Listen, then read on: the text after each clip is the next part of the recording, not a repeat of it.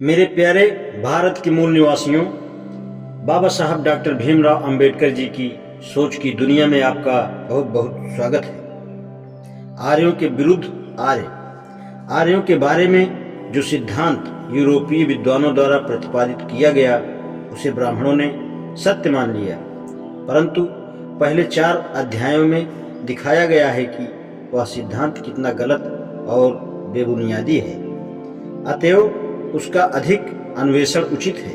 जो लोग इस मत के मानने वाले हैं कि आर्यों ने बाहर से आकर भारतवर्ष में दासों तथा दस्युओं पर विजय प्राप्त की, वे ऋग्वेद की उन ऋचाओं को भूल जाते हैं जो इस मत को निर्मूल प्रमाणित करती है। वे ऋचाएं ऋग्वेद 6:33-3, ओ इंद्र, तूने मेरे दोनों शत्रुओं यानी दासों तथा आर्यों को मार डाला। ऋग्वेद 6:60-3, इंद्र तथा अग्नि धर्म और न्याय के रक्षक हैं। ये उन आर्यों तथा दासों को दलित करते हैं जो हमें दुख देते हैं। ऋग्वेद 7:81-1, इंद्र और वरुण ने दासों और आर्यों को मार डाला क्योंकि ये लोग शूद्रों के शत्रु थे। इस प्रकार शूद्रों की रक्षा हुई। ऋग्वेद 8:24-27, ओ इंद्र, तूने हम लोगों की राक्षसों और उन आर्यों से रक्षा की जो सिंधु नदी के तट पर रहते हैं। अब दासों को भी निशस्त्र कर। ऋग्वेद 10:38-3, ओ पूज्य इंद्र, वे दास और आर्य जो अधर्मी हैं और जो मेरे शत्रु हैं उनको दमन करने में अपने आशीर्वाद द्वारा मदद करो। तुम्हारी मदद से हम उन्हें मार डालेंगे। ऋग्वेद 10:86-19, ओ मामेऊ, जो तुम्हारी स्तुति करता है उसे तुम शक्ति देते हो। तुम्हारी सहायता से हम अपने शत्रु आर्यों और दस्युओं को पराजित करेंगे। इन ऋचाओं से सिद्ध होता है कि आर्यों की 2 जातियां थीं जो कि एक दूसरे से भिन्न थी और आपस में द्वेष भाव रखती थी। इस बात का प्रमाण बारंबार मिलता है। वेद से ही आरंभ कीजिए। तय रा 6:5-6:1 में आदित्य के पुत्रों का वर्णन है। आदित्य के 4 आदित्य पैदा हुए। आदित्य वैवस्त्र से मनुष्यों की उत्पत्ति है। सतपथ ब्राह्मण 1:8-1:1 में कहा गया है कि मनु को हाथ धोते समय एक मछली मिली। उसने मनु से कहा कि मुझे बचाओ, मैं तुम्हारी रक्षा करूंगी। मछली बड़ी होते होते समुद्र में डाल दी गई। जब प्रलय हुई और केवल जल ही जल रह गया तो उसने मनु की नाव को बचाया। मनु ने विश्वोत्पत्ति की इच्छा से यज्ञ प्रारंभ किया और बचे हुए दूध, दही तथा मक्खन की हवी को पानी में डालते गए। उससे एक कन्या ईड़ा नामक उत्पन्न हुई। उसी द्वारा विश्वोत्पत्ति हुई। सतपथ ब्राह्मण 6:1-2:11 में कहा गया है कि विश्व की उत्पत्ति प्रजापति से हुई। उन्होंने ऊपर के वायु से देवताओं और नीचे के वायु से राक्षसों की उत्पत्ति की। फिर सतपथ ब्राह्मण 7:5-6 में कहा गया है कि प्रजापति ने अपने श्वास से पशुओं को, आत्मा से मनुष्यों को, आंख से घोड़ों को, श्वास से बैल को, कान से भेड़ को, शब्द से बकरों को पैदा किया। सतपथ ब्राह्मण 14:4-2:1 में और ही वर्णन है। सृष्टि के आरंभ में केवल आत्मा था, उसे पुरुष कहते हैं। उसने कहा सोऽहम्, यानी मैं हूँ। पुरुष की इच्छा हुई कि हम 2 हों। अतएव उसने अपने को 2 हिस्सों में कर दिया। जैसे मटर के 2 भाग होते हैं, दूसरा भाग स्त्री हुई, उससे उसने रमण किया और मानव पैदा हुए। स्त्री ने सोचा कि मैं इससे पैदा हुई हूँ, अतएव इससे रमण कैसा। अतएव वह गाय बन गई और पुरुष बैल, उनसे गाय पैदा हुई। फिर उसने घोड़ी का रूप धारण किया और पुरुष ने घोड़े का। फिर उसने गधी और दूसरे ने गधे का रूप धारण किया। इनसे बिना फटे हुए खुर के पशु पैदा हुए।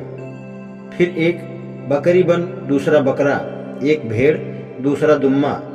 इसी प्रकार सब जोड़े के जीव पैदा होते गए। तैतरेय ब्राह्मण 2:2-9-1 में इस प्रकार वर्णन है। आदिमम कुछ नहीं था, न आकाश, न पृथ्वी, न हवा।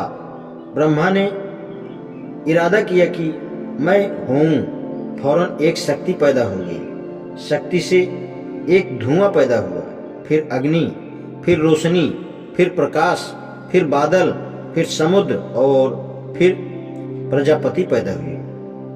प्रजापति ने सोचा कि मैं क्यों पैदा हुआ। जो आंसू पानी में गिरा उससे पृथ्वी, जो उड़ गया उससे हवा और आकाश बना। प्रजापति ने तपस्या की और अपने उदर से असुरों को पैदा किया। इसके बाद उन्होंने उस शरीर का त्याग कर दिया तो अंधकार हो गया।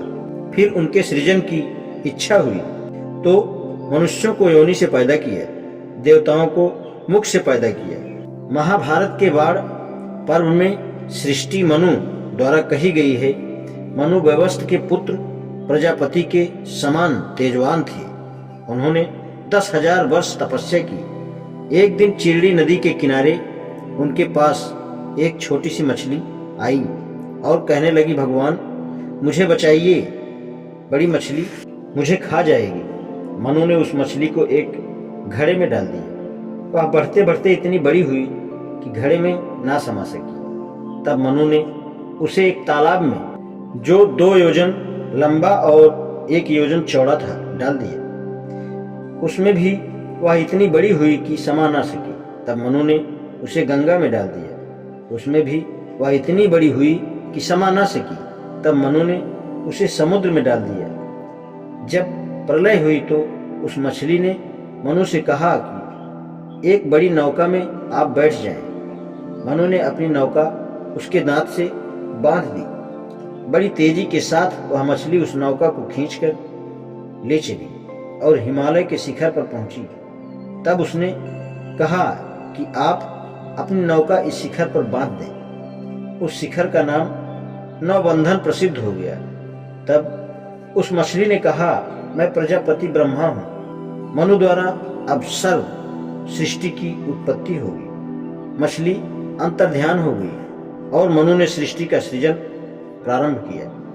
महाभारत के आदि पर्व में सृष्टि का वर्णन भिन्न है। ब्रह्मा के 6 मानस पुत्र थे, मरीच, अत्रि, अंगिरी, पुलत्स्य, पुलह और क्रतु। कश्यप मरीच के पुत्र थे। कश्यप से सब जीव पैदा हुए। रामायण के दूसरे कांड में वर्णन इस प्रकार है। वशिष्ठ ने राम से कहा, आदि में पानी के अतिरिक्त कुछ नहीं था, फिर पृथ्वी बनी। उसके बाद ब्रह्म स्वयं मनु हुए। उन्होंने वराह सुअर का रूप धारण कर पाताल से पृथ्वी को निकाला और अपने लड़कों द्वारा सृष्टि की उत्पत्ति की। ब्रह्मा जो अमर हैं, आकाश से पैदा हुए। ब्रह्मा से मारीच और मारीच से कश्यप पैदा हुए।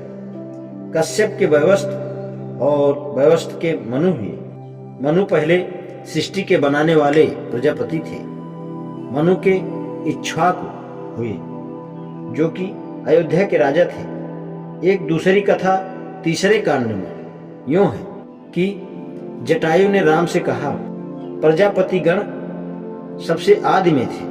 उनके नाम यह हैं, कर्दम, विकृत, शेष, समस्त्रय, महाबली, बाहुपुत्र, अस्थानु, मरीच, अत्ति, कृत, पुलत्स्य, अंगिरा, प्रचेता, पुलह और अंत में कश्यप। दक्ष प्रजापति के 60 लड़कियां थीं। 8 लड़कियां कश्यप को ब्याही गई। कश्यप की स्त्री मनु से सब आदमी पैदा हुए। ब्राह्मण मुख से, क्षत्रिय वक्षस्थल से, वैश्य जंघा से और शूद्र पैर से पैदा हुए। अनल नामक स्त्री से वृक्ष और फल पैदा हुए। अब पुराणों की ओर ध्यान दीजिए। विष्णु पुराण में इस प्रकार वर्णन है, आदि में हिरण्यगर्भ ब्रह्मा थे। ब्रह्मा के दाहिने अंगूठे से प्रजापति दक्ष उत्पन्न हुए। दक्ष की एक लड़की आदिति थी, उससे वैवस्त्र पैदा हुए और वैवस्त्र से मनु। मनु ने पुत्र की इच्छा से तपस्या की, परंतु कुछ गलती से इड़ा नामक लड़की पैदा हुई। फिर मित्र व वरुण की कृपा से एक पुत्र मनु उत्पन्न हुआ। मनु महादेव के शाप से स्त्री हो गया। मनु सोम के पुत्र बुद्ध ऋषि के आश्रम पर गए। बुद्ध मनु पर आसक्त हुए और एक पुत्र पुरखा नामक पैदा हुआ। मनु का पुत्र पृषाघ्र अपने गुरु की गाय के वध के पाप से शूद्र हो गया। मनु के पुत्र करुष से क्षत्रिय पैदा हुए और नभाग से वैश्य पैदा हुए। विश्वोत्पत्ति के इन वर्णनों का मिलान यदि दूसरे अध्याय के वर्णन से किया जाए तो परिणाम यह निकलता है कि एक वर्णन दुनियावी है और दूसरा नैसर्गिक। एक का कथन है कि मनु मनुष्य थे जिनके सब प्राणी पैदा हुए और दूसरे का कथन है कि ब्रह्मा ने सृष्टि बनाई। एक ऐतिहासिक है और दूसरा दैनिक। एक में प्रलय का वर्णन है, दूसरे में नहीं। एक में चातुर्वर्ण की व्याख्या है, दूसरे में समाज के आदि का वर्णन नहीं है। एक का कथन है कि चातुर्वर्ण विभाग दैवीय है और ईश्वरीय है, दूसरे का मत है कि मनु के पुत्रों से चातुर्वर्ण पैदा हुए। इन बातों से यही परिणाम निकलता है कि आर्यों की दो शाखाएं थी, एक चातुर्वर्ण को मानती थी और दूसरी नहीं मानती थी। सब जानते हैं कि वास्तव में दो ही वेद हैं, एक ऋग्वेद और दूसरा अथर्ववेद। जब तक इस दोनों शाखाओं में वैमनस्य था तब तक अथर्ववेद नहीं माना गया। जब वे आपस में मिल गए तब अथर्ववेद ऋग्वेद के बराबर माना जाने लगा। सबसे मानवीय प्रमाण मानव शास्त्रान्वेषण का था। पहला अनुसंधान सर हर्बर्ट रिजले 1901 ईस्वी में किया। इनका कथन है कि भारतीय 4 जातियों यानी आर्य, द्रविड़, मंगोल और सीथियन के मिश्रण है। सन 1936 में डॉक्टर गुहा ने पुनः अनुसंधान किया। उनके अनुसार भारतीय 2 जाति के हैं, यानी लंबे सिर वाले और छोटे सिर वाले। पश्चिम में भी मेडिटेरेनियन के लोग लंबे सिर वाले और अल्पस प्रदेश के लोग छोटे सिर वाले थे। मेडिटेरेनियन लोग यूरोप में रहते थे और आर्य भाषा बोलते थे। अल्पस एशिया के हिमालय प्रदेश में रहते थे और आर्य भाषा बोलते थे। अतएव हर प्रकार से यह सिद्ध है कि आर्यों की 2 जातियां थीं, जैसा कि ऋग्वेद से प्रकट होता है। अतएव पश्चिम सिद्धांत के आर्य एक हैं और उन्होंने हिंदुस्तान में आकर दासों और दस्युओं पर विजय पाई। सही नहीं है। आज इतना ही, शेष कल। धन्यवाद।